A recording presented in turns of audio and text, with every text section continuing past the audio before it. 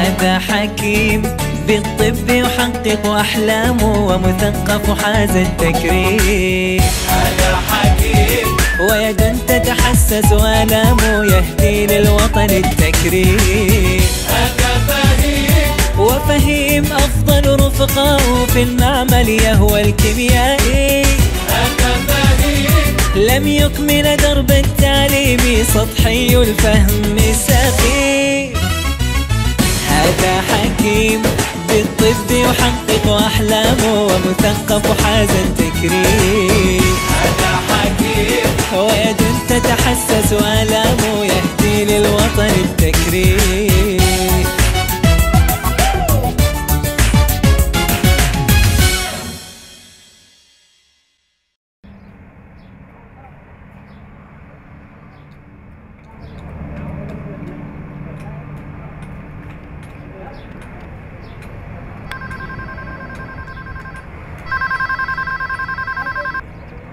يا هلا ومرحبا اخي عبد الله، الله يحفظك يا رب ويستر عليك. ها؟ لا الحمد لله انا بخير، والدراسة على خير ما يرام، الله يحفظك يا رب، الله يستر عليك. لا لا الفلوس معي، فلوس يكفي ان انت قد قدمت لي كثير من المساعدة. الله يبارك فيك.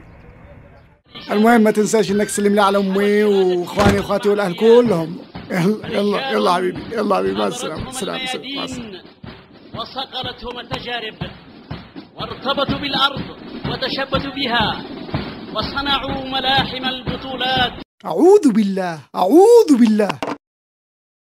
السلام عليكم. وعليكم السلام ورحمة الله. مع مين كنت تتكلم؟ هذا أخي عبد الله، كان يطمن عليها. وكيف عبد الله اليوم؟ الحمد لله كلهم بخيرين، الله يحفظك. الحمد لله. يلا روح الحق غير ملابسك عشان ناكل. انا اليوم سويت لك اكل امانه من هنا، بس الا الله ايش ده؟ من طفى التلفزيون؟ انا جيته كذا مغلق. كيف جيته كذا؟ انا الان كنت داخل المطبخ واسمع صوت التلفزيون لما عندي. يمكن لما دخلت خاف وارتبك مني. ارتبك يلا الله روح عشان نلحق ناكل. والذين ذادوا عن العرض ينشدون الامن والسلام والاستقرار لشعبهم ولأشقائهم وأصدقائهم. إيش ده؟ مالك يا فهيم؟ إيش اللي تسويه؟ والله يا أخي بصراحة أنا مش أشوف الكفرة بالتلفزيون حقنا. كفرة بالتلفزيون حقنا؟ ما الكفرة مالك؟ التلفزيون الآن كان يذيع عرض عسكري والجنود يمنيين، يعني زيه زيك. فين الكفرة؟ يمنيين ما اختلفناش، لكنهم كفرة يحاربوا إخواننا المجاهدين في البلاد. مجاهدين في بلادنا؟ اللي في بلادنا هذا يسمونه إرهاب مش جهاد. كيف هذه؟ يا فهيم الإرهاب هو أنك تخوف الناس الآمنين وتروعهم وتصادر حقهم في الحياة. أما الجهاد فهو الحث على محاربة المغتصب للأرض والعرض والوطن. الجهاد هو نوع من أنواع الدفاع عن النفس، أما الإرهاب فهو في حد ذاته عدوان. والدين يا فهيم نهانا عن الاعتداء على أي حد، والله يقول في كتابه العزيز: وقاتلوا في سبيل الله الذين يقاتلونكم ولا تعتدوا إن الله لا يحب المعتدين. صدق الله العظيم. واللي يحصل في بلادنا هذا مش عدوان على المواطنين واستقرار البلاد، فكيف تسمي هذا جهاد؟